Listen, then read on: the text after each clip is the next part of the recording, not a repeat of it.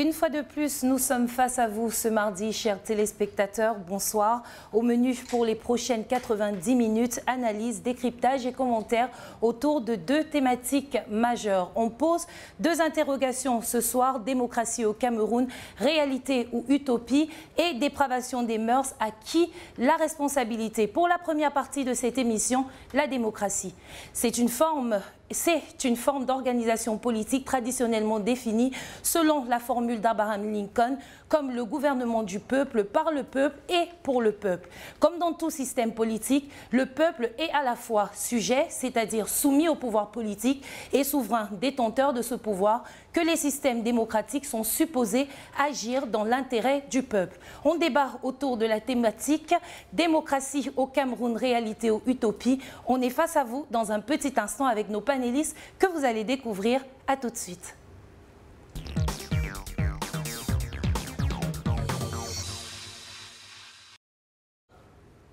De retour sur le plateau de votre émission. Alors, à ma droite, nous avons Maître Russell Chemou, qui est avocat. Bonsoir. Bonsoir, Mme Eva. Bonsoir, mes copanélistes. Bonsoir à vos millions de téléspectateurs et honoré d'être chez nous. Merci d'avoir accepté notre invitation. Alors, à ma gauche, nous avons la seule femme sur ce plateau, Madame Odile Yogo, qui est leader politique. Bonsoir, Madame. Bonsoir, merci, parce que c'est la première fois que je viens ici. Et vraiment, je découvre beaucoup de choses. C'est vrai qu'en partant de Yaoundé, je me disais, je n'aime pas beaucoup de Douala, mais depuis quelques jours, je suis content d'être là. Et voilà une autre découverte. Merci de m'inviter. J'en profite pour saluer toute la maison d'H. Merci. D'H TV. Je salue les téléspectateurs qui nous regardent. Et puis, je salue tous les cracks qui se reconnaissent. Merci, merci infiniment. Alors, juste à côté de vous, nous avons Monsieur Serge-Henri Kelbé, qui est militant politique du Rassemblement démocratique du peuple camerounais, polytechnicien et chef d'entreprise. Bonsoir. Bonsoir, madame. Bonsoir à tous vos téléspectateurs. Bonsoir à mes co-discutants. C'est toujours un plaisir d'être chez Dash TV. Je pense que les sujets que vous avez choisis sont révélateurs et sont d'actualité par rapport à la société. Et donc, je suis disposé à en débattre. Merci d'avoir accepté notre invitation. Au cours de cette émission, Monsieur Alex Nguepi, un homme politique, va nous rejoindre, nous l'espérons. Alors, nous allons commencer et d'entame, je vais poser la question au seul avocat sur ce plateau. Le Cameroun est-il un État démocratique? Alors, poser la question à un avocat, c'est révélateur. Sur le point du droit, je dirais que nous sommes l'une des meilleures démocraties au monde. Sur le papier, nous avons des textes. Le Cameroun a assez de textes. Notamment, on est signataire de la Charte africaine de la démocratie et des élections. Et pour faire votre analyse, ça veut dire donner une réponse directe, il faut d'abord faire un constat.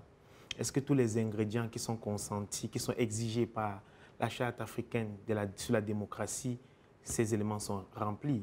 Est-ce qu'il existe la séparation des pouvoirs?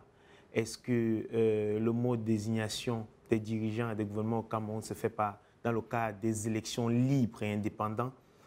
Est-ce qu'il y a la promotion? Vous n'avez pas les réponses à toutes ces questions? Je les pose et je répondrai. Est-ce qu'il y a la promotion et la garantie de l'indépendance de la justice?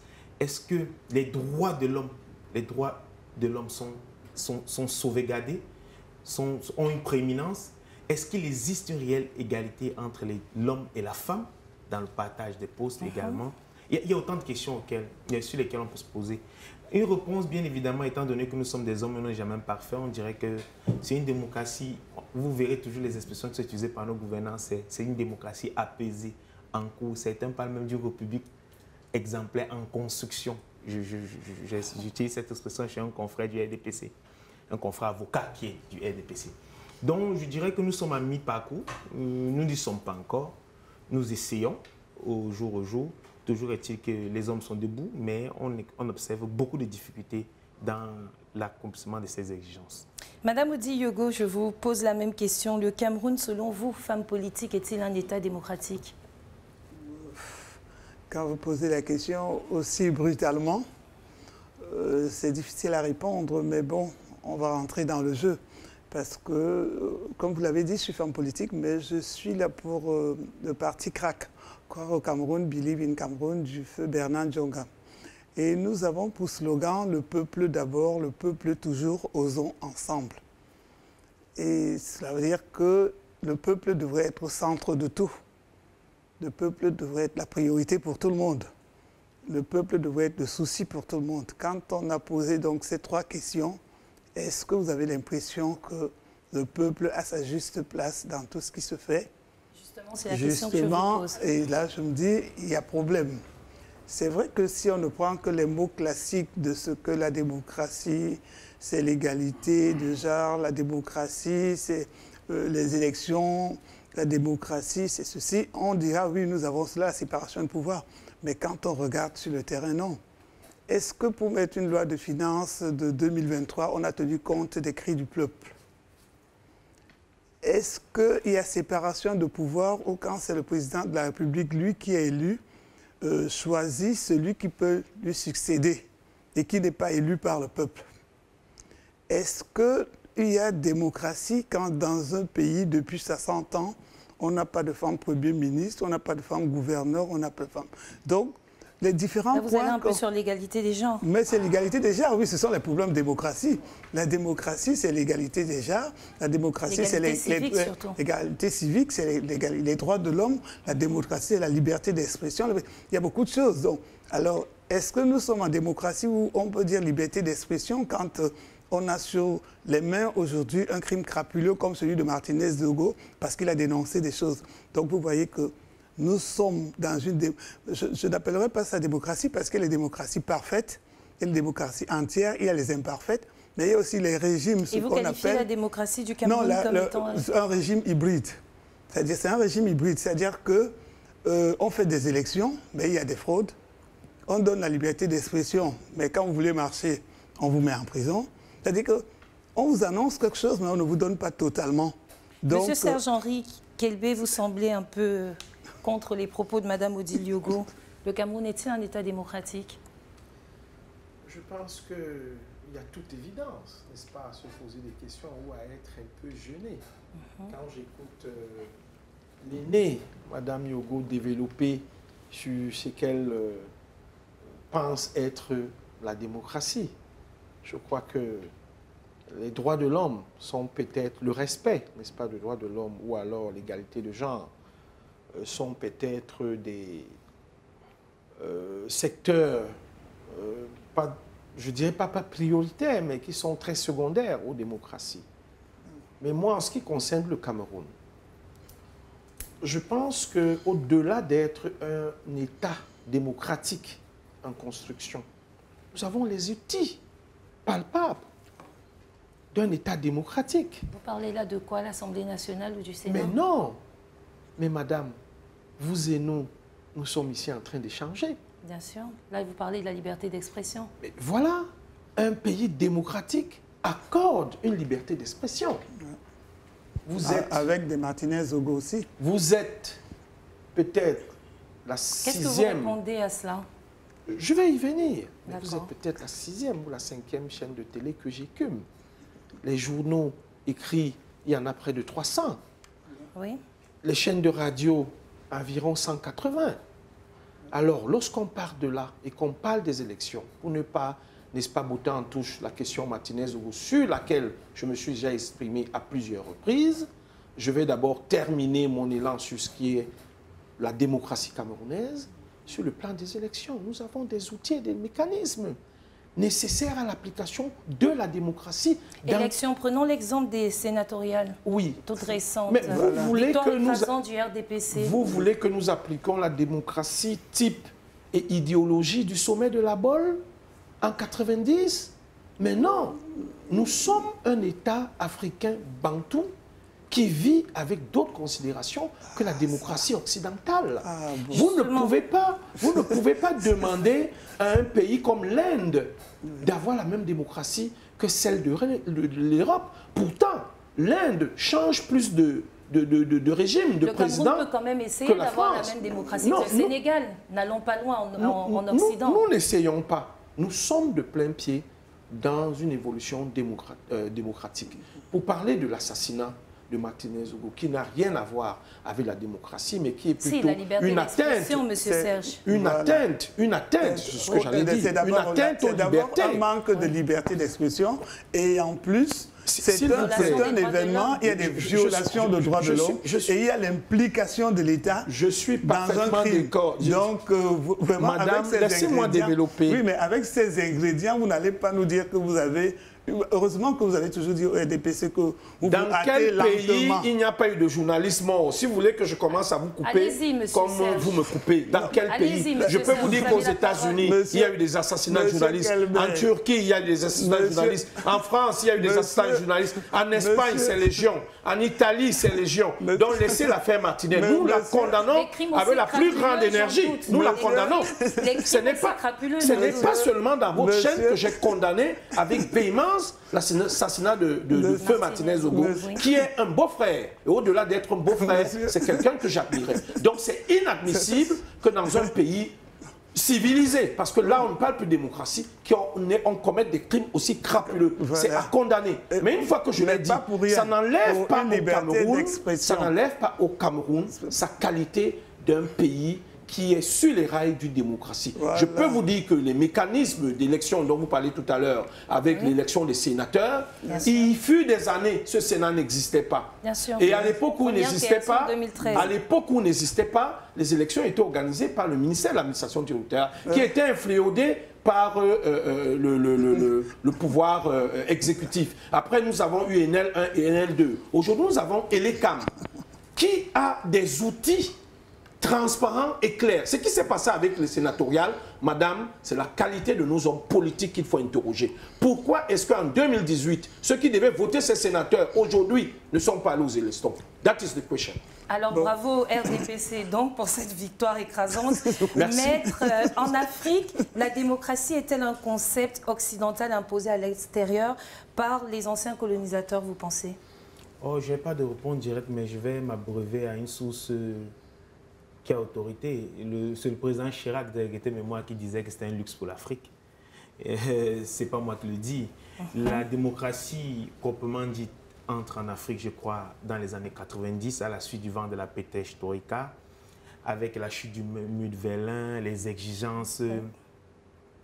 La démocratie, proprement dite, c'est vrai qu'il y a eu il y a eu des coups d'essai, ça et là, mais qui ne marchaient pas. Dans les années 90, on a observé quand même une certaine exigence avec la prolifération des conventions internationales, les conventions sous-régionales, les conventions communautaires. Mais toujours est-il, c'est une question de texte. C'est une question de texte. Mais ce qu'il faut aussi dire, c'est qu'on ne peut pas imposer. La démocratie a des principes. Maintenant, chaque État a ses réalités. On ne peut pas transposer le style. C'est vrai, on peut admirer, on peut regarder comment ça se passe ailleurs, essayer, mais dire qu'on va l'adapter secto sensu, c'est souvent très difficile. La réalité sénégalaise n'est pas celle du Cameroun. Vous avez vu, par exemple, au Sénégal, ils avaient le Sénat, le chef de l'État est arrivé, il a exprimé un besoin, il a dit qu'il ne voyait pas l'importance du Sénat dans son programme, dans ce qu'il voulait faire comme projet politique et comme développement. Les Sénégalais ont adopté, ils l'ont élu sur ce projet. Une fois qu'arrivé président, il a aboli cette institution. Et on peut dire, et aujourd'hui, il explique que le budget qui était alloué au Sénat, voilà ce qu'il en a fait. Nous, on a le Sénat dans notre institution depuis 1996. On a attendu une myriade d'années. 2013. On l'a mise en place. Jusqu'aujourd'hui, à mi-parcours, moi, je n'ai pas encore vu de bilan. J'ai pas encore vu de bilan. Ils sont là. Ils sont installés. Je crois que c'est la troisième mandature. 2013, 2018, 2023. Bien sûr. Les salaires passent. Ils ne se plaignent pas des salaires. Chacun a ses voitures. Chacun a ses 1 500 000 par mois. Quoi. Le projet, l'institution est là. Maintenant, il faut que nous, parlant de démocratie, qu'on pose la question maintenant à l'autorité. À savoir quel est le rôle du Sénat au niveau de la population locale.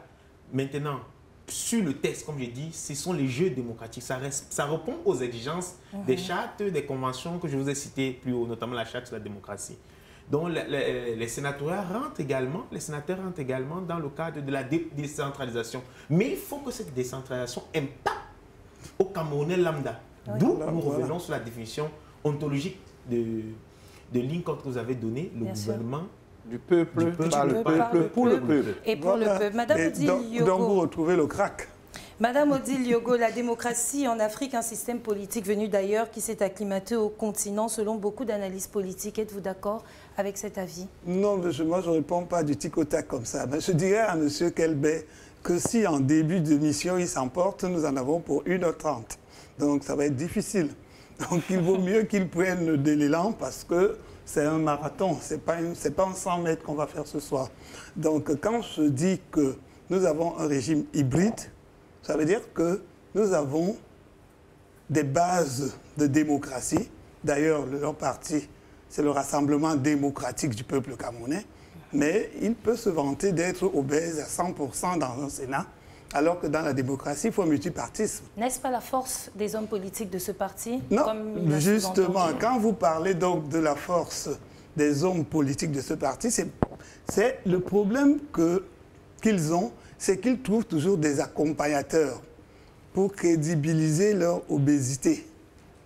Parce que si des gens avaient refusé de les accompagner dans ce jeu qui n'est pas clair, on ne serait pas 100% de sénateurs. On ne serait pas... quelle loi est passée ou à l'Assemblée ou au Sénat? Laquelle on a proposée? Ce sont des gens qui sont assis là-bas.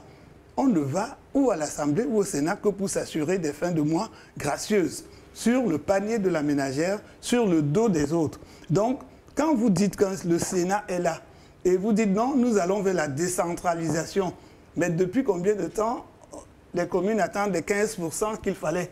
Et c'est bien beau de créer des lois, mais quand on ne les met pas en application, c'est que ça n'existe pas. Il faut respecter les lois qu'on met. Mais est-ce que vous pensez que les lois, pour que le pays soit vraiment vive la démocratie, est-ce que ces lois énoncées sont appliquées? Non. Et donc, à ce moment-là, on ne peut pas dire que nous sommes dans une véritable démocratie. Nous sommes dans une démocratie où on va nous dire, oui, il y a un président de la République, il y a un Parlement, il y a un Sénat, il y a ceci. Mais hier encore, on a voté qui? Au Parlement et au Sénat à la tête.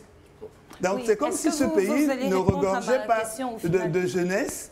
C'est comme si ce pays ne regorgeait pas d'énergie pour pouvoir faire certaines choses. Alors, si la démocratie, c'est le multipartisme, si la démocratie, c'est le changement des dirigeants, si la démocratie, c'est l'alternance dans les responsabilités, et que depuis 60 ans, on vit la même chose, vous n'allez pas me dire que j'accepte que c'est une démocratie parfaite ou même en voie d'être parfaite. Ça veut dire que c'est un régime hybride. On dirait, bien sûr. Oui. Vous savez, madame, moi je souris lorsqu'on nous parle de démocratie obèse ou alors de majorité obèse. La preuve, vous n'êtes pas sûr d'avoir un vol de Air France aujourd'hui lorsque vous voulez entrer ou sortir du territoire français. Est-ce qu'il s'agit là au moins, non, j'en viens. Vous n'êtes pas sûr aujourd'hui de quitter d'un point de la France à un autre ou d'un coin de Paris à un autre. Parce qu'il y a un problème de loi. Il y a un projet de loi qui veut passer par force où un chef d'État a sorti un 49.3 et il dit qu'il va passer. S'il avait sa majorité, il n'était pas allé, il n'irait pas chercher les Républicains. Monsieur Serge-Henri Kelbey, j'ai quand même un problème avec vous quand vous comparez un pays quasiment du tiers-monde en voie de développement avec la France. Vous pouvez prendre des exemples. Madame, je ne vous parle pas de développement. Je ne vous parle pas de développement. Vous aimez bien quand on cite l'Occident. Oui, non, je dis les Camerounais, généralement, bien prendre pour exemple là où vient le colon. Hein, on dit toujours la France, l'Espagne, les États-Unis. Mais quand on cite vous dites souvent la Russie. Vous l'autre jour, vous avez salué Poutine en direct, donc vous parlez de la Russie. Non. Chacun parle de son colon. Je prends un cas que nous admirons souvent. Chacun parle de son colon. Je n'ai jamais été colonisé. Du moins, les Camerounais de ma génération ne connaissent pas la colonisation. J'ai parcouru le monde. Je peux parler à Xi Jinping en mandarin. Je suis un polyglotte, j'ai appris plusieurs langues. Donc c'est un peu de ça qu'il s'agit. Donc revenons à ce que j'étais en train de vous dire, que si le président Macron avait sa majorité, fût-elle obèse ou pas obèse, il ne serait pas en train de sortir le 49.3 et la France ne serait pas en ébullition, vous comprenez? Donc, le président Biya a dit ici, ne reste pas au pouvoir longtemps qui veut, mais qui peut. Lui, il n'a pas ce Cameroun en ébullition parce qu'il réussit à avoir des majorités, fut-elle obèse, mais il a des majorités qui permettent à son gouvernement de faire passer des lois sans que les gens ne brûlent des abris bus, ne cassent les magasins ou ne brûlent des bacs à ordures. Nous sommes un peu pacifiques, je pense. Au-delà d'être un peu plus pacifique, il y a eu vote. Même ces gens qu'on a reconduits hier, il y a eu élection. Sauf que c'était leurs camarades de parti. Vous pensez que... Heureusement, il y a sauf que... Oui, mais je vous dis que même aux États-Unis, dernièrement, il a fallu faire passer une loi sur le budget. Kamala Harris, la vice-présidente, a été obligée de faire peser sa voix parce qu'on était arrivé à 50-50. M. Kelbey va nous faire voyager dans les pays démocratiques, sauf au Cameroun. C'est pour vous montrer les leviers de la démocratie. Okay. Le Cameroun a atteint un niveau de démocratie qui vous donne l'impression que nous sommes à un niveau de parti unique. C'est tout simplement parce que, je vous dis encore, la qualité de nos hommes politiques. Et ce que Mme Yogo était en train de dire, si en 92, les partis d'opposition de l'UPC, dont elle a des souches, certainement, de ses origines. Et lui avec. Certainement, non, il faut dire, nous avons les souches. Vous avez les origines, parce que vous appartenez à une génération où, certainement, vous êtes proche de ces souches. Non, nous sommes deux Bassa, nous avons les mêmes origines UPCistes, alors. Je veux tout simplement dire qu'elle a des comme si lui venait d'ailleurs. Mais nous avons les mêmes origines, monsieur Kelbey. Ce parti a fait alliance avec le RDPC et un autre parti qu'on appelait le MDR. Oui. C'est de là où est partie la maladresse, ou alors le manque de réel politique des partis d'opposition ou alors des leaders d'opposition du Cameroun. Parce qu'on aurait mis le gouvernement RDPC en minorité à cette époque, que le Cameroun d'aujourd'hui ne serait pas ce qu'il est. L'opposition aurait pris du calme. Merci, monsieur Serge. Allez-y. Malgré que je voulais, excusez-moi juste un moment, annoncer à l'entame de cette émission, il nous a rejoint monsieur Alex Guépi et sur le plateau. Bonsoir. Bonsoir. Bonsoir, millions de personnes qui nous suivent ce jour. Désolé pour le retard. Il n'y a pas de souci. Merci d'avoir répondu présent à cette invitation. Oui, Maître, vous aviez quelque chose à dire. Oui, quelque chose de très important. Madame, il faut observer dans leurs réponses tous les deux. C'est quand même très évocateur. Oui. Monsieur Kelbey parle de la capacité des hommes politiques et Madame Yogo parle des accompagnateurs. Oui. C'est trop... Pour moi, observateur à distance, c'est vraiment très à distance de la politique camerounaise. C'est très facile de tirer sur le parti au pouvoir. Oui. Ce serait très facile. Oui. Déjà, il faut savoir ce que c'est que la politique. C'est la conquête et la conservation du pouvoir. Nous sommes et un chef d'État proche de nous avait dit, on ne va pas aux élections pour perdre. Nous sommes d'accord. Quand vous avez l'opposition au Cameroun, permettez-moi de le dire, je l'assume, est morte. Elle n'existe pas. Les gens y vont pour un moment se faire connaître, après collaborer, avoir des strapontins. Mais vous pensez qu'un chef, un monsieur d'un parti politique qui voit un adversaire qui est vorace, qui est fort, qui est puissant, fait tout pour l'amener dans ses rangs. C'est comme le football. Tout le monde va avoir Messi, Cristiano Ronaldo, Neymar ou Mbappé dans son club. C'est normal. Quand je vois sur la place publique un ancien, entre guillemets, opposant aujourd'hui au parti pouvoir, mais chacun, c'est les intérêts. C'est les intérêts. S'ils se rendent compte que des gens aujourd'hui dans une opposition où on avait une vision, pendant que vous combattez, il y a des gens en bas qui font les négociations nocturnes. Donc c'est la bataille. Moi, j'estime que on sait comment empêcher à un parti au pouvoir au Cameroun d'avoir la majorité. On sait que tout commence à la base. Ça veut dire lors des municipales. C'est les conseillers municipaux qui vont demain élire ces sénateurs. Donc, les gens sont avisés. Les gens savent ce qu'il viendra, ce qu'il adviendra. Donc, c'est très facile aujourd'hui de dire ils ont eu 70. Si j'étais le chef de l'État les 30 prochains, je nommerais toujours les gens du RDPC. Comme ça, ça permettra à l'opposition d'être plus efficace. Mais c'est facile aussi de dire que voilà l'opposition qui est morte quand on se revendique de la société civile et qu'on n'entre pas dans la mare. Vous pouvez entrer, vous aussi, dans un parti politique et montrer ce que vous savez faire. Vous ne vous cachez pas derrière une société civile parce que ne pensez pas que c'est facile pour nous autres qui sommes en politique. Vous êtes très bien assis de dire que vous êtes... Non, mais attendez, un avocat. Barack Obama était un avocat. Non, il a été président de la République. Il est politicien. Non, et donc vous aussi, avec ce que vous avez comme intelligence, comme qualité, et ce que vous reprochez à l'opposition, vous entrez donc et appliquez un peu qu'on voit. Parce que c'est facile de critiquer ceux qui prennent des risques. Monsieur Alex Guépi, selon vous, le Cameroun est-il un État démocratique? Vous savez, ma réponse, c'est une dictature. C'est une dictature. Le Cameroun nous avons un système totalitaire carrément. Quand je vois, je suis amusé de suivre les analyses de mon frère, on se connaît très bien, bonsoir, qui nous fait croire que c'est une démocratie. Il prend des exemples de gauche à droite et il va aussi mettre aussi qui essaie de jouer le jeu. C'est une dictature, c'est un système totalitaire. D'ailleurs, même si à suivre les rumeurs, ce qui se dit dans les couloirs de Yaoundé, on doit même passer à l'étape de la monarchie. Un peu comme ça s'est fait au Gabon, ça s'est fait en RCA, cela s'est fait au Togo. Donc voilà, nous ne sommes pas loin de là. Donc, au Tchad, au Togo. Donc c'est là ce que c'est au Gabon. Ça se prépare au Congo. Ça se prépare au Congo, ça se prépare. Donc l'Afrique centrale, le Cameroun n'est pas une démocratie, qu'on soit clair et net. Hein. Les principes de la démocratie sont clairs, sont simples. On ne peut pas parler de démocratie lorsque les élections sont biaisées. Lorsqu'on est aux élections, le code électoral que le RDPC a mis sur pied à travers les CAM est mauvais. Le code électoral consensuel... Pourquoi vous basez-vous pour dire que le code électoral est mauvais? Le code électoral qu'ils ont mis sur pied est mauvais parce que d'abord, ils n'ont pas parlé de la proportion intégrale. Hein. C'est-à-dire qu'on ne peut pas avoir moins de 13 000 électeurs pour le cas des élections sénatoriales, où nous avons moins de 13 000 électeurs. On programme les résultats après une semaine.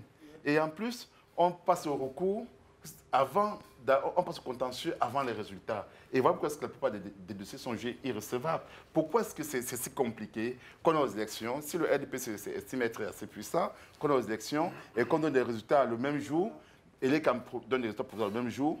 Maintenant, à la base de ces résultats-là, les gens vont au contentieux et plus tard, la construction d'un résultat définitif. Ce n'est pas le cas, donc il est mauvais. Et pire encore, c'est que je suis les gens se gargariser que le LPC sont en te dire des sénateurs 100% et qu'ils sont forts. Ils sont faibles, ils ne sont pas forts.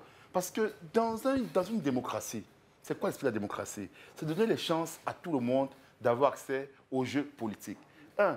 Lorsque vous dites que celui qui arrive en tête prend la moitié plus 1, c'est déjà mauvais.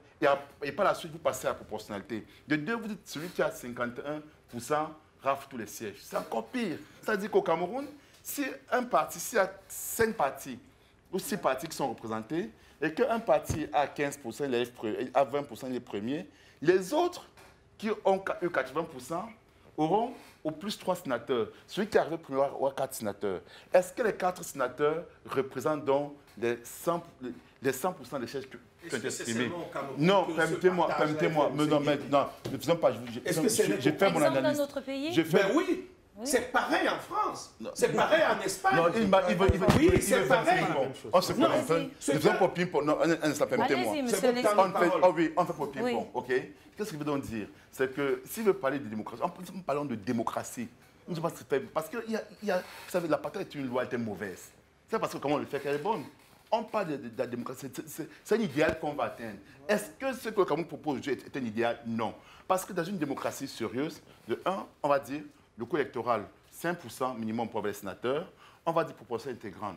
Tout simplement. C'est-à-dire, vous avez même 65%, on passe à proportionnalité. Si c'était le cas, je vous rassure que dans ce Sénat, la période de RDPC, il aurait pu avoir 30 sénateurs, mais d'autres partis politiques auraient eu 40 sénateurs. Mais ils ont conçu un coût électoral qui permet à eux seuls d'avoir, et ce n'est pas ça la démocratie. Donc le mode électoral qu'ils ont mis sur pied, le mode électoral qu'ils ont mis sur pied, 316 communes, le code électoral qu'ils ont mis sur pied est mauvais. Si vous parlez des communes, madame, il est en train de... allons-y sur les élections des conseils municipaux. Quand j'ai dit que le code électoral du consensuel est pire, pourquoi? Parce qu'ils n'ont pas pensé aux corporations. Voilà l'homme qui appartient à une corporation. Pourquoi est-ce qu'on fait croire aux Camerounais que pour être conseiller, il faut forcément être dans une formation politique? Pourquoi vous qui êtes journaliste, vous qui portez la voix, des voix, vous ne pouvez pas être conseiller municipal ou député?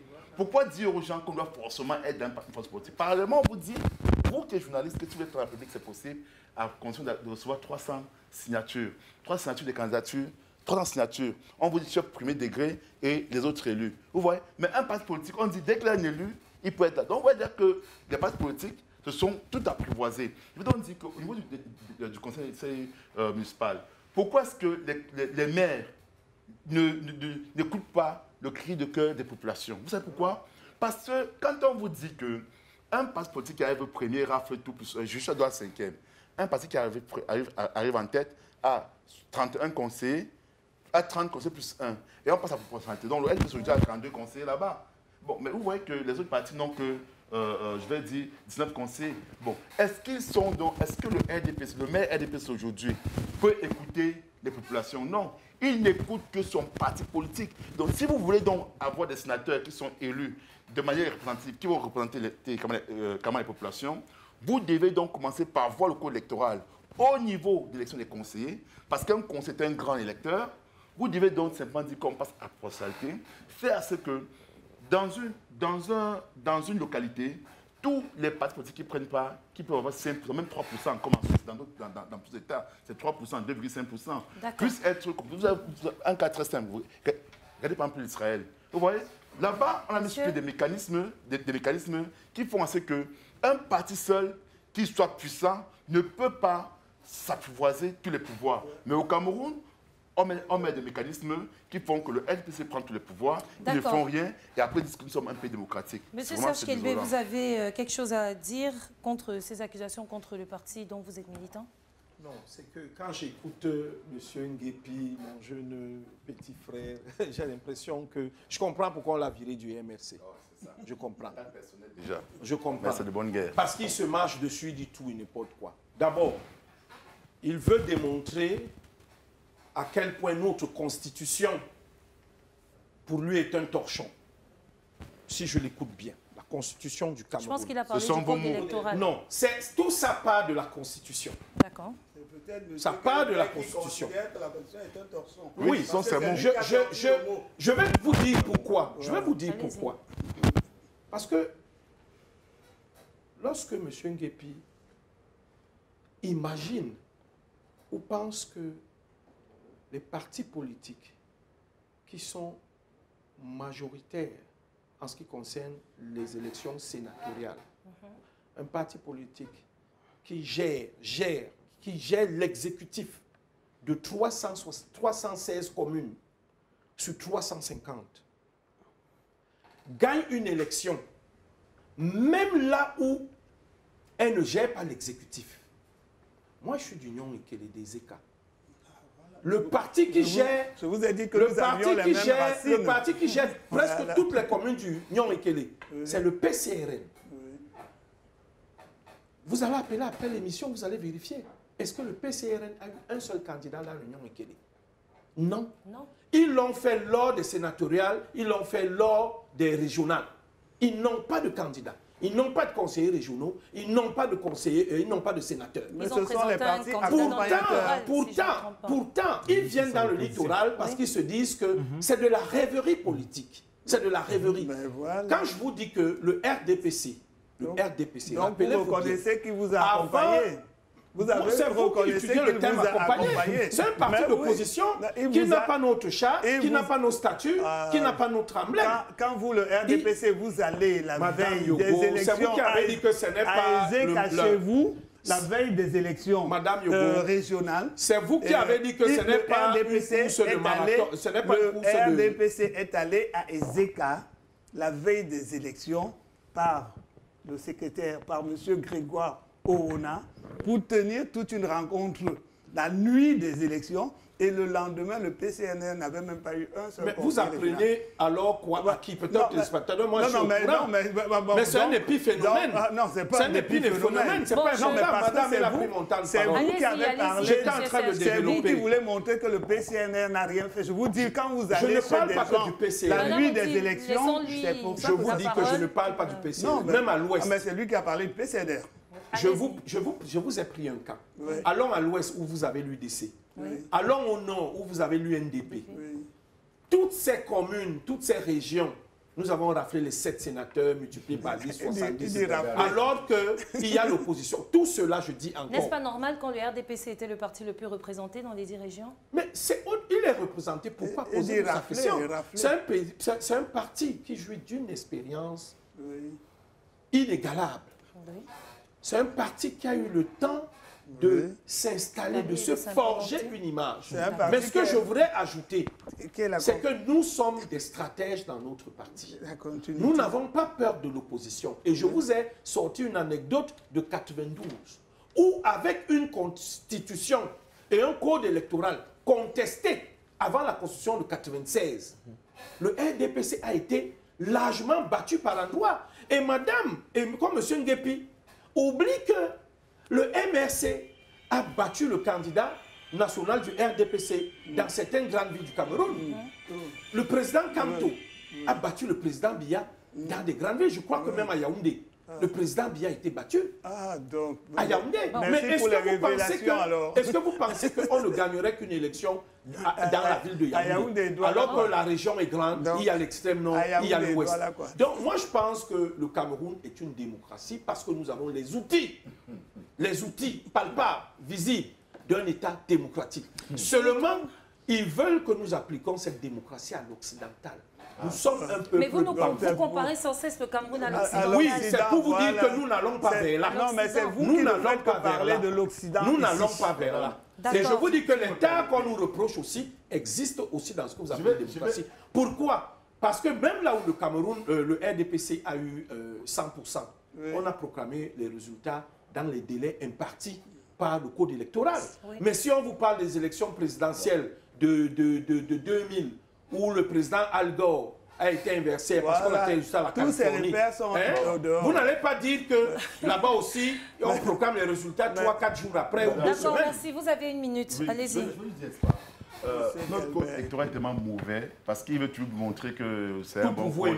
Il est tellement mauvais parce qu'un 4 simple dans le code électoral, qu'on explique aux Camerounais, comment est-ce qu'un Camerounais peut aller au Nozo, mourir à 16 ans, être dans l'armée à 16 ans, mais on lui dit, pour être électeur, c'est 21 ans. Il peut se marier à 16 ans sous certaines conditions. On lui dit, pour être député, c'est 23 ans, être maire, c'est 23 ans. Et en pire, on va lui dire, pour être sénateur, c'est 40 ans, mais pour prendre public, c'est 35 ans. Comment est-ce qu'on a pu faire pour concevoir un tel code électoral si pire et mauvais? Comment on peut expliquer qu'un Camerounais de 35 ans puisse assumer la plus haute fonction de l'État, qui est chef de l'État à 35 ans, mais qu'on lui dise qu'il ne peut pas être sénateur à 40 ans? Dites-moi, le Sénat, là, contrairement à ce qu'a dit quelqu'un ici qui ne sert à rien, moi je suis pour je suis un fédéraliste, je suis pour que les régions puissent être émancipées, aient plus de pouvoir. Donc le Sénat sert à quelque chose. Je n'ai pas dit que ça ne sert à rien. J'ai dit qu'à mi-parcours, il faut qu'on fasse un bilan. Donc pour moi, le Sénat a tout son sens parce que le Sénat permet, de doter les régions. Ils représentent comment les collectivités totales décentralisées. Maintenant, mais dans le cas actuel, voilà un Sénat où on vous dit qu'une loi qui est votée à l'Assemblée nationale, si la loi retourne au Sénat et que les sénateurs rejettent la loi, l'Assemblée nationale a le dernier mot. Donc vous voyez que ça ne sert à rien. Mais on vous dit donc que cette chambre qui est honorifique qui ne sert à rien, mais on vous dit que pour être là-bas... C'est vous qui dites qu'elle ne sert à rien. Qui vous a dit qu'elle ne sert à rien? Donc actuel, ça ne sert à rien. Donc actuel, ça ne sert à rien. Parce qu'on est mauvais. On vous dit donc pour être sénateur, il faut avoir 40 ans. Mais quelque chose qui est aussi important, qu'être député, on vous dit 23 ans, pour être représentant, c'est 35 ans. Donc un tel code électoral aussi incongru, il ne veut pas venir défendre sur un plateau que c'est un bon code électoral. D'accord, merci. Si vous vous retrouvez parmi les Sénégalais, les Tchadiens, les Congolais, les Gabonais, ils vont vous dire que mais comment c'est possible pour vous un tel code électoral si mauvais? Notre code électoral est mauvais parce que le RDPC a conçu sur mesure. Ils ont mis sur pied un Sénat parce qu'ils voulaient juste envoyer certaines personnes de certain âge se reposer.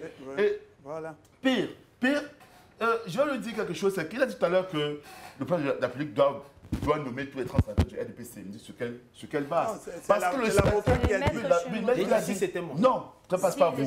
Parce qu'il faut qu'on dise aux Camerounais, nous sommes ça pour éduquer, on dit aux Camerounais que le président de la République, dans les 30 sénateurs qu'il va nommer, il agit en tant que chef de l'État et non plan du RDPC. Voilà pourquoi la Constitution a dit que cette fonction est incompatible avec toute autre fonction. Nous attendons toujours que le président de la République, qui vise la Constitution camerounaise en restant plan du RDPC, qui démissionne du président du RDPC.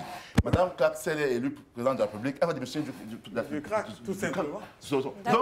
Donc, pour sortir, comment peut-on expliquer que le président de la République, le président de la République, les 30 sénateurs qu'il veut nommer, c'est le législateur dans son esprit a pensé qu'il fallait colorer le Sénat Qui doit être chef de l'État? Qui doit nommer parmi les 30 sénateurs, peut-être 10 sénateurs du RDPC et de sa majorité, nous parlons l'UNDP, le FSN, le PADEC, peut-être 10 sénateurs de l'opposition comme le CRA, comme le MRC, qu'on est le MRC ou pas, ils mettent avoir des sénateurs. À l'état actuel, les choses, ça servira. Non, permettez-moi. À l'état actuel, les choses, ça servira. Permettez-moi. Donc, 10 sénateurs de l'opposition. 10 sénateurs. 10 sénateurs. 10 sénateurs et 10 dans ce civil. Parce qu'il faut qu'on le dise. On peut vous nommer sénateur demain. Vous avez 40 ans. On peut nommer n'importe qui sénateur. Il faut qu'on le dise. Parce qu'il faut qu'on le dise que le corps électoral n'a pas dit au chef de l'État qui nomme sénateur.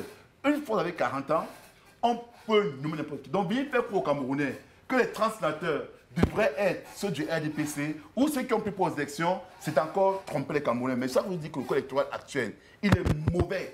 Et il est important qu'on se regarde les yeux dans les yeux, qu'on se dise que ce corps électoral doit être... Merci, Monsieur Nguépi. C'est votre avis. Alors, je me tourne vers l'homme de loi, l'égalité civique, la séparation des pouvoirs et le pluralisme politique. Toutes valeurs de démocratie sont-elles en accord avec nos réalités ici au Cameroun? Je l'ai expliqué à l'entame que c'était des principes de la charte africaine de la démocratie. Pluralité politique. C'est pourquoi je disais encore tout à l'heure que c'est un vase totalement creux. Vous avez, je crois, il y a combien? C'est vous qui êtes les acteurs politiques. On en a une kyrielle de partis politiques. 320. Je suis un sujet de la société. Disons que c'est eux, c'est les décideurs, que ce soit dans l'opposition ou dans le parti au pouvoir. Non, je dis, c'est vous les acteurs. Le peuple d'abord, le peuple toujours. En démocratie, vous avez dit que c'est le peuple. On n'a pas dit une partie du peuple. En démocratie. Madame, oui, j'ai dit, c'est mon point de vue. Mais moi, je vous mets à une échelle. Ça veut dire, quand on est le peuple... Il n'est pas acteur politique. Il n'est pas acteur politique comme vous. En démocratie, on n'a pas parlé des acteurs politiques, on a parlé du peuple. Madame, et sans distinction. Madame, votre vérité n'est pas la mienne. Permettez que je non, c'est vous qui avez défini la démocratie en disant que c'est le gouvernement par le peuple. Madame, je vais faire de ma laisser, je me trompe. Pas divisé. Vous ne pouvez pas me décontenancer. C'est mon travail. Donc, c'est pour que je suis les incidents, je suis très habitué. Alors, j'expliquais ceci. Ce n'est pas vous décontenancer, c'est une vérité. J'expliquais ceci. Quand vous entendez pluralisme politique, vous avez même des partis, moi je ne cache pas. On apprend tous les jours. Je découvre le CRAC aujourd'hui, par exemple. Mais vous mangez vous avez des partis politiques qui sont regroupés dans une zone. Ça veut dire dans un quartier même. Ça dit cantonné dans une zone. Quand on dit... C'est pourquoi j'aime le système... on va citer toujours l'Europe. Vous avez des systèmes, vous avez quand même des partis qui sont reconnus. Et même s'il y a des petits partis qui vont dans une... Ils ont une certaine ligne. Le tout n'est pas d'avoir... C'est bien, le ministre respecte. On ouvre tous les jours. On donne les documents aux gens qui créent les partis. Et parfois, comme dit Mme Yogo, qui donne l'impression d'accompagner certains. Parce que vous avez aujourd'hui des partis politiques, vous dites, oh, je suis de l'opposition. Mais vous avez des gens, quand vous voyez dans le fonctionnement, vous sentez que c'est des collaborateurs, c'est des collègues d'autres partis. Donc, c'est autant de choses. Pluralité de partis politiques, on peut dire que ça existe, puisqu'il y a des partis, il y a une myriade de partis au Cameroun. Séparation de pouvoir, en tant que juriste, il y a quand même un sérieux problème sur certaines institutions. Bon, comme je disais tout à l'heure, on a mis parcours et c'est à parfaire. Vous avez par exemple la situation du Conseil supérieur de la magistrature, et ça c'est connu de tout le monde, ce n'est pas moi qui vais l'expliquer. Vous avez un président de la République qui est patron du pouvoir exécutif, président du Conseil, qui est président du Conseil, un autre pouvoir. Ailleurs on peut, pour ceux qui aiment souvent prendre les exemples ailleurs, on peut l'aménager, on peut penser autrement. Même si, puisque écoutez, quand vous avez le pouvoir de nommer et de révoquer, c'est un pouvoir hiérarchique. Et qui parle de pouvoir hiérarchique, c'est qu'en bas, on a un lien de subordination. Or, si on a déjà un lien de subordination entre un pouvoir exécutif et un pouvoir judiciaire, je pense qu'il y a un problème. Vous avez actuellement ce qui se passe à l'Assemblée nationale, j'ai envie de dire au Parlement. Ça veut dire, on sait, vous, ce n'est pas moi qui le dis, vous avez suivi les discours des gens qui ont été réélus. Qui est-ce qu'on remercie? Je pense que sans être un érudit du droit, on comprend qu'il y a quand même quelques problèmes. Et je vais terminer par là. Et j'aime bien l'exemple de M. Kelby. Allons quand c'est bon. Ne prenons pas seulement quand on sent que ça va nous chauffer. Regardez la démocratie en France en ce moment. Ça, c'est la démocratie. Le gouvernement a été mis je vais dire en minorité grave. D'Israël, par exemple. Oui, en Israël encore, c'est même plus grave aujourd'hui. Oui. Et on a vu comment Même là-bas, ce n'est pas une démocratie, puisque les rédacteurs avaient mis un instrument qui est le 49.3, qu'aujourd'hui, Mme Labonne a utilisé comme une mitraillette. Ça prouve que quelque part, et le peuple dans la rue, ça se ressent dans les actes. Vous avez parfois des gens qui manifestent sur un document, mais le document adopté, il y a des gens à l'Assemblée nationale. Donc, je pense qu'il y a des questions, comme je disais à l'entame de mon propos, sur le plan textuel. Je peux vous assurer que nous avons des textes parfois, nous avons plus de textes que d'autres ailleurs, mais dans la pratique, ce sont les hommes, ce sont les acteurs qui doivent militer, activer, avoir une certaine éthique, que ce soit même en politique. Alors, Madame Odine, dites-moi, l'égalité civique, la séparation des pouvoirs, le pluralisme politique, pensez-vous que ce sont des valeurs au Cameroun? Ces valeurs sont représentées dans la démocratie camerounaise. Je souris déjà parce que je vais dire à Bertre que quand on vient sur un plateau et qu'on dit qu'on a des co-panélistes, il faut demander quand même qui est-ce que je vais rencontrer. Si vous aviez simplement regardé qu'est-ce qu'était le crack, vous saurez que le poulet camerounais que vous avez dans votre assiette, c'est de Bernard Djonga. Je crois que vous avez entendu parler de lui. Oui, je vois sur les réseaux sociaux. Vous aviez beaucoup de respect pour lui, n'est-ce pas? Bien sûr. Voilà, et donc... Je crois que c'était un ami à mon défunt père. Voilà, donc c'est le fondateur du crack. Non, je ne connaissais pas. Voilà, donc oui, mais c'est pour ça que je vous dis qu'il y a des partis qui sont petits, mais qui changent des choses dans des pays, sans être même à l'Assemblée. Si on avait écouté le crack, on serait peut-être à l'abri des problèmes du riz, du blé, de la sécurité alimentaire qu'on a aujourd'hui. Pourtant, un petit parti a proposé des choses. Si on avait écouté le crack, la Sodéblé serait encore ouverte aujourd'hui. Donc, quand vous pensez que les plus gros, c'est eux qui détiennent le plus de pouvoir, ils peuvent changer les choses, on voit bien que si on avait écouté les petits, on aurait évité beaucoup de problèmes dans ce pays. Et quand on parle même du peuple, parce que quand vous dites, vous citez en France, le peuple est dans la rue. Ici, quand vous allez dans la rue, vous finissez où? À Kondengui. Vrai ou faux? Est-ce qu'ici, parce que vous prenez des exemples comme si on les transposait de là-bas à ici. Est-ce que vous pensez qu'ici, vous pouvez aller dans la rue comme ceux que vous enviez être allés dans la rue l'autre jour? Même pour Martinez, on va revenir dessus, nous avons vu, même s'il y a des arrestations, mais il marche quand même. Il marche quand même.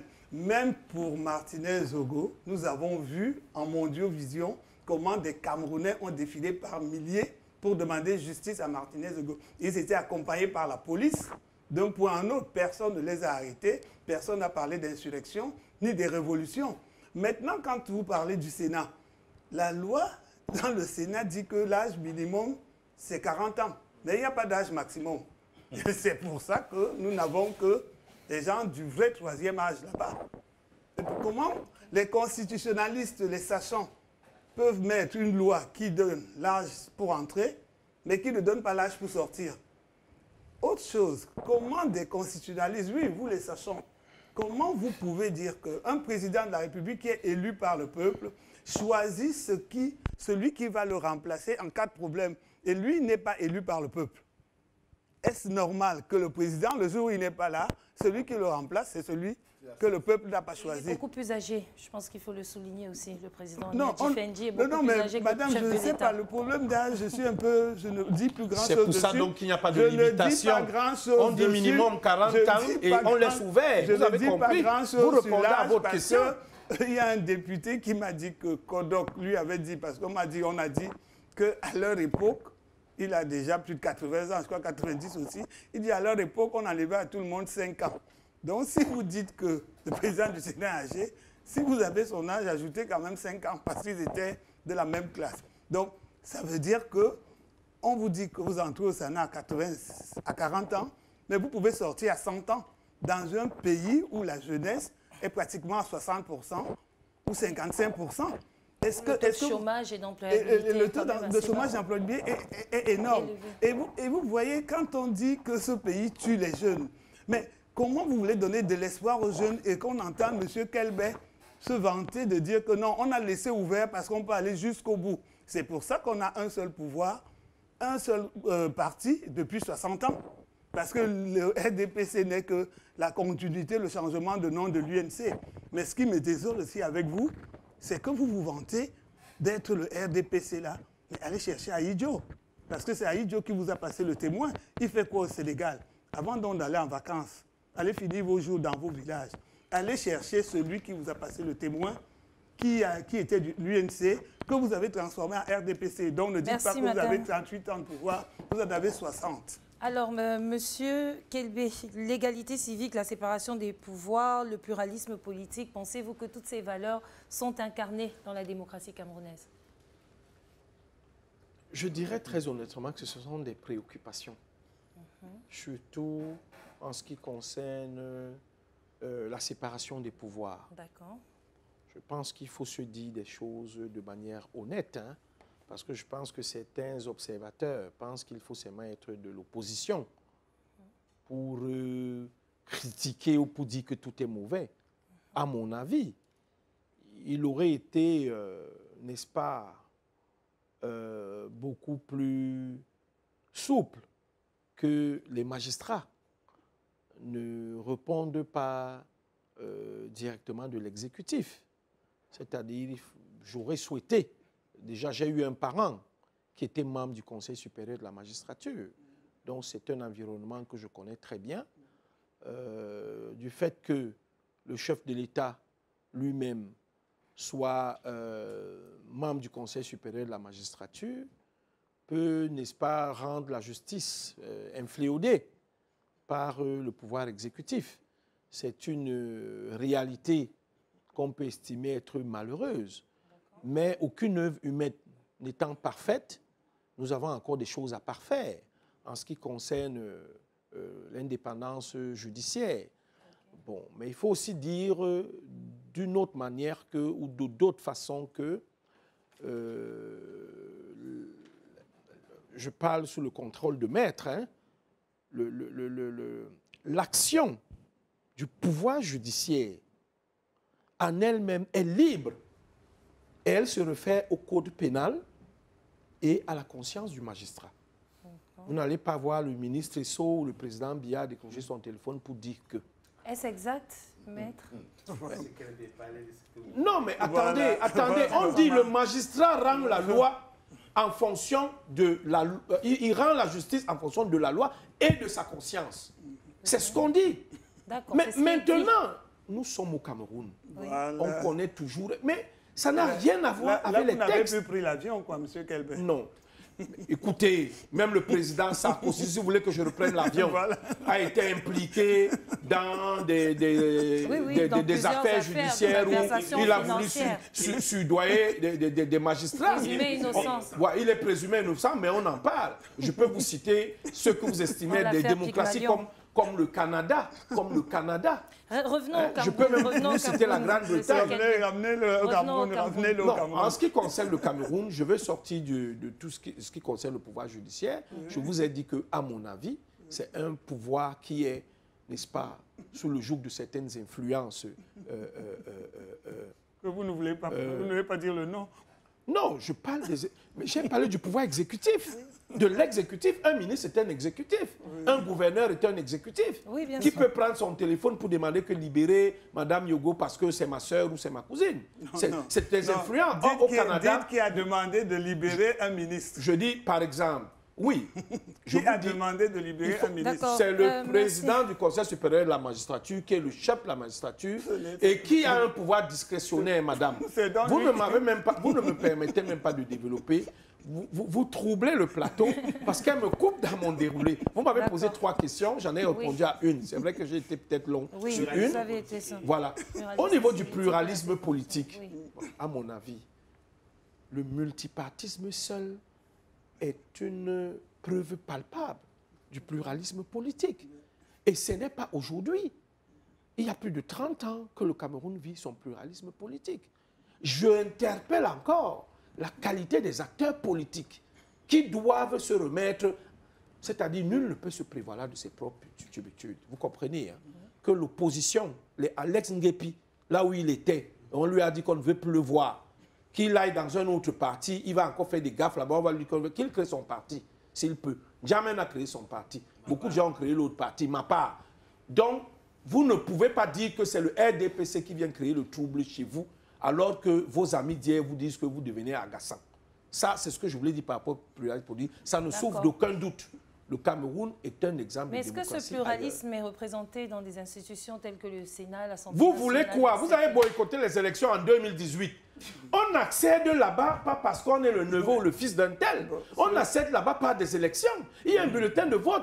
Les électeurs de ce type, de fonction sont connus d'avance. Je vous ai dit tout à l'heure que le Cameroun maîtrisait ou a le contrôle sur 116 communes.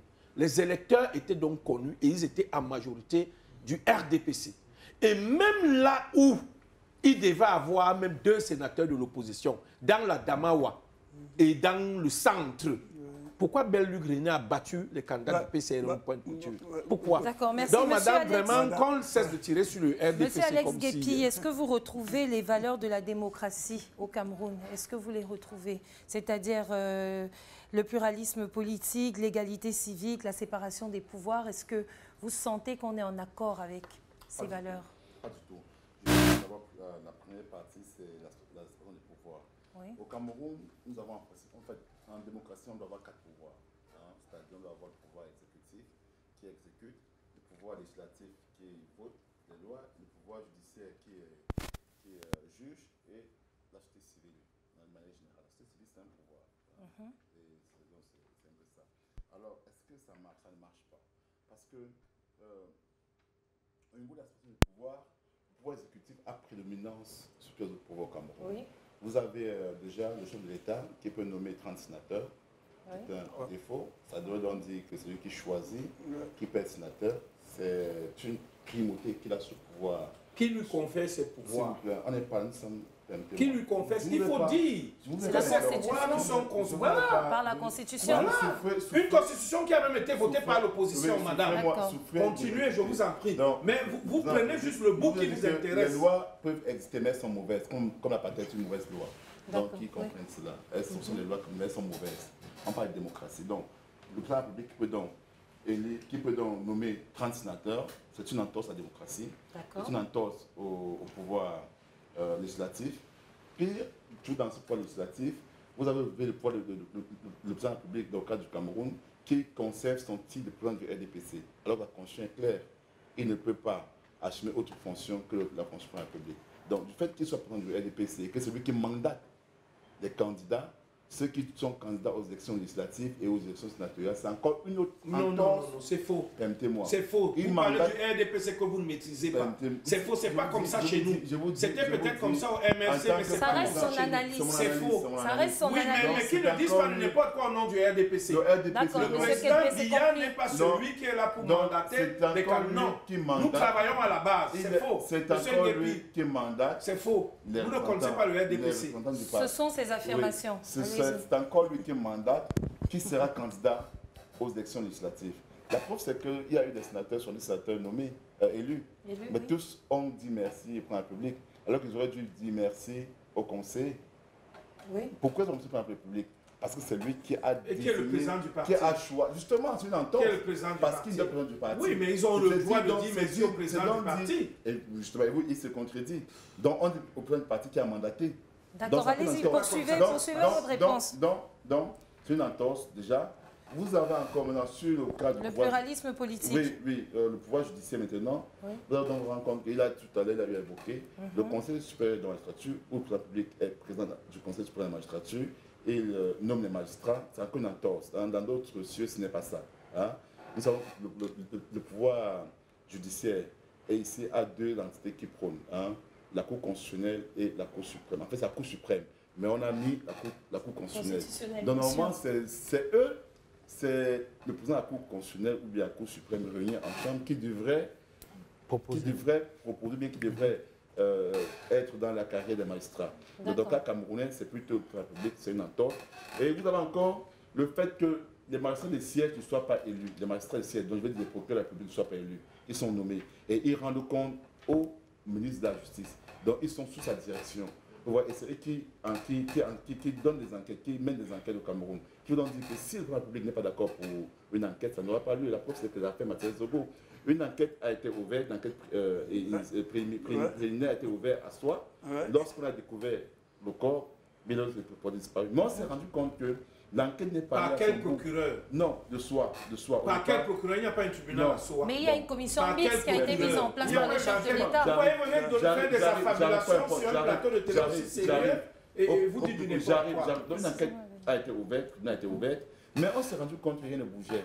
Il a fallu que la République ordonne une enquête administrative. Mais c'est quoi une enquête administrative?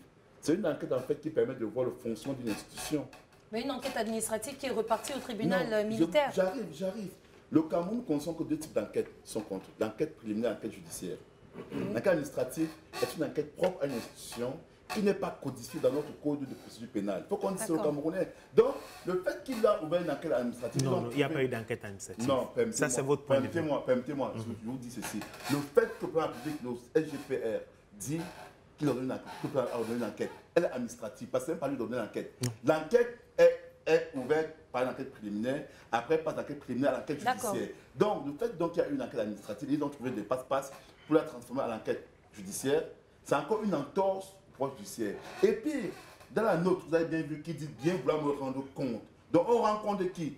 Au SGPR pour le président. Alors que dans le système démocratique, le pouvoir judiciaire indépendant, d'ailleurs même il n'a pas dit Sarkozy. Sarkozy d'affaires Pignalon a été poursuivi parce qu'il y a un magistrat qui a été soupçonné de fournir des informations de l'enquête à M. Sarkozy. Ça, c'est la démocratie. Donc, au Cameroun,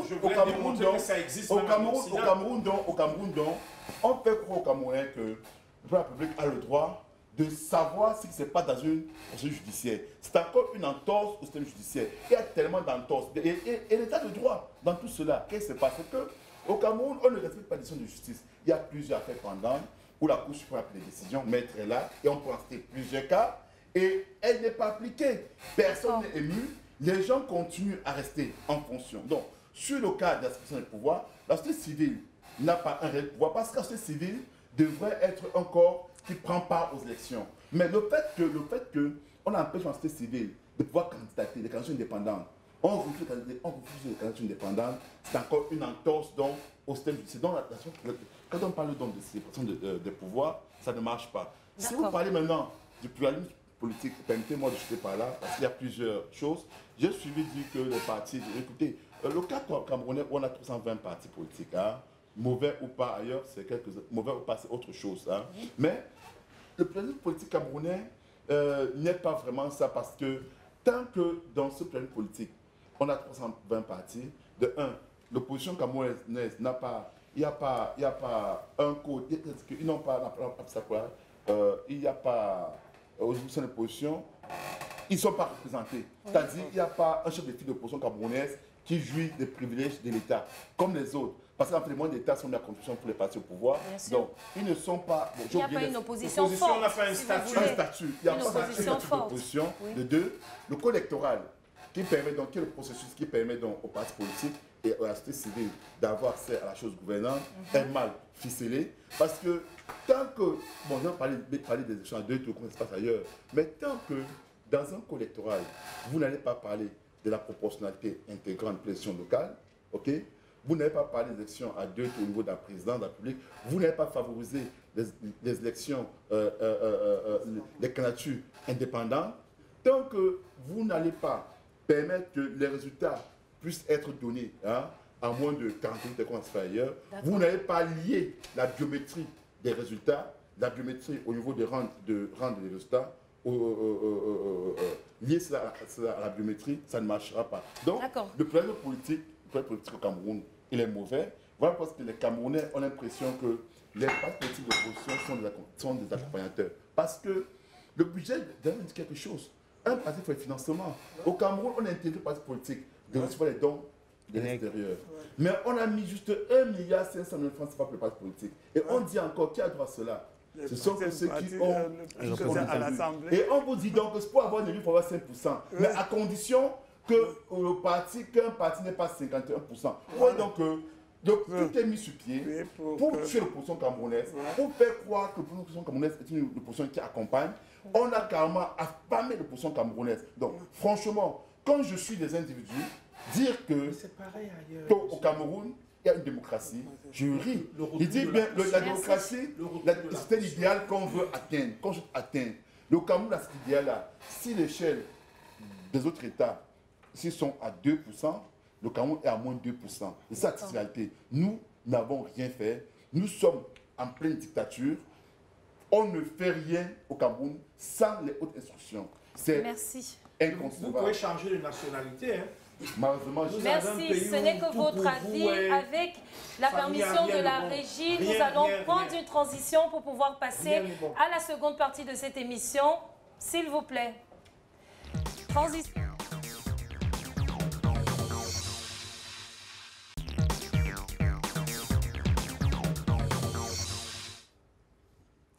De retour sur le plateau de votre émission Face à vous pour la partie 2.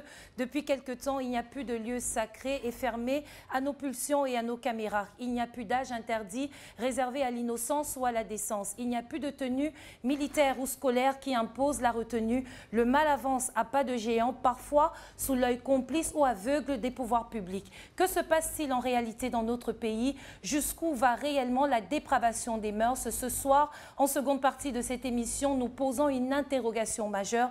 Dépravation des mœurs au Cameroun, à qui la responsabilité? Élément de réponse dans un petit instant dans votre émission Face à vous la régie.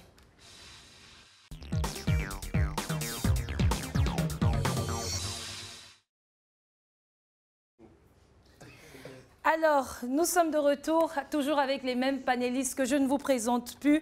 Maître, dépravation des mœurs, selon vous, avocat, homme de loi, à qui la faute? À nous tous. À nous tous, je mettrai plus l'accent sur nos parents.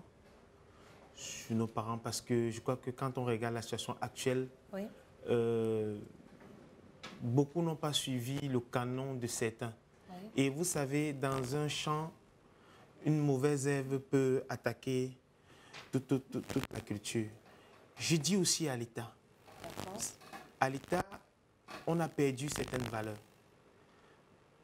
Je n'ai pas envie de parler comme un ancien, mais aujourd'hui, quand on voit les valeurs sont ailleurs. Les valeurs sont économiques, financières.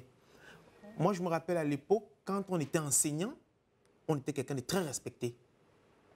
De très respecté.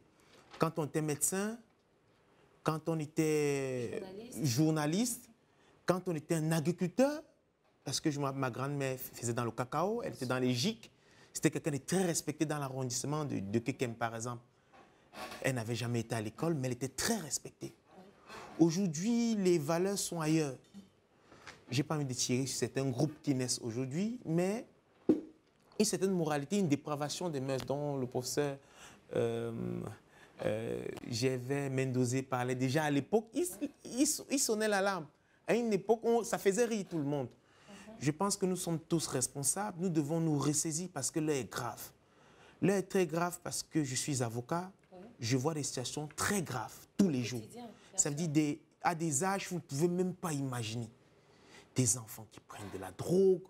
Vous voyez ce qu'ils appellent aujourd'hui des partous, des viols, à des âges insoupçonnés. Ça veut dire à un moment donné, quand on rentre, je vous assure, regardons nos enfants de près. Parce que quand cela vous frappe au visage, vous vous rendez compte souvent trop tard. C'est le fruit aussi un peu de la corruption.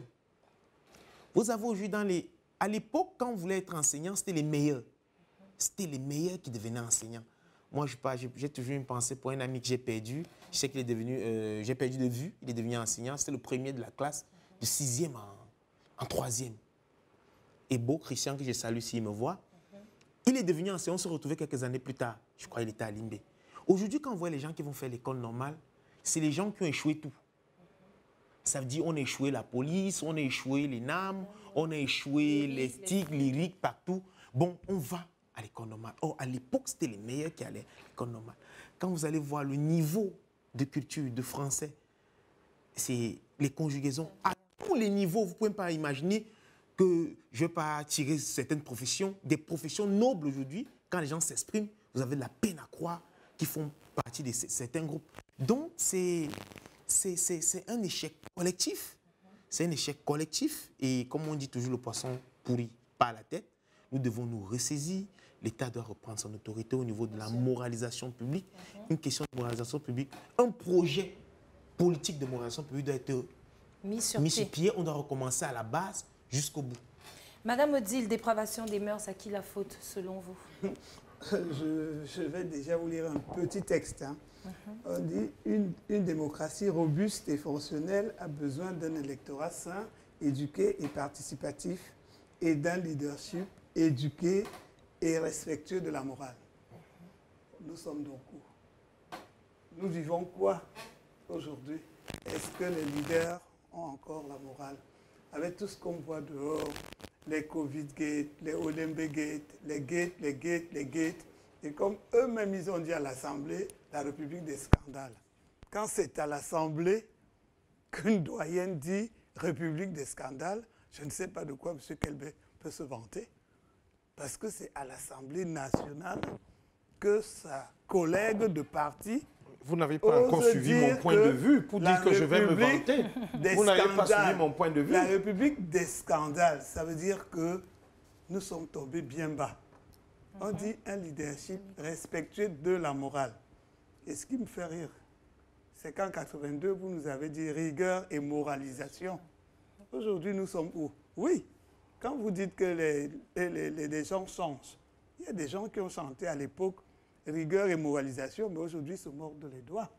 Donc, ça veut dire qu'on sort une phrase comme ça, et au moment de l'appliquer, on ne l'applique pas. Ça veut dire que c'était une autre, ce que j'appelle des nyanga-nem, des nyanga-mots qu'on sort, parce que si on avait simplement appliqué rigueur et moralisation dans ce pays, on ne parlerait pas de dépravation. On ne parlerait pas de dépravation parce que la morale serait partout. Si on avait un pays juste, avec une justice juste, on n'aurait pas de corruption. Alors à qui la faute selon vous? À l'État?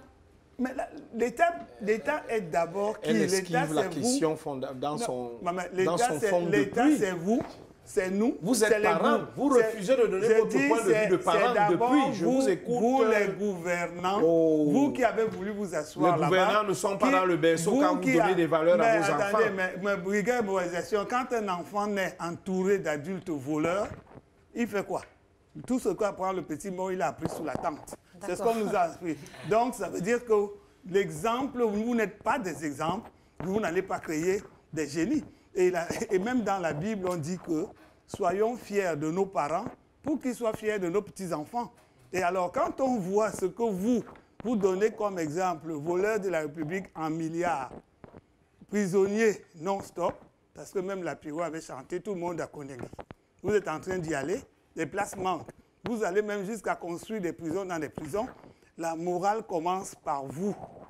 Parce que les enfants qui vous regardent, qui voient tout ce qu'on donne comme spectacle, s'ils se disent, mais si mon père vole, pourquoi moi je ne volerais pas?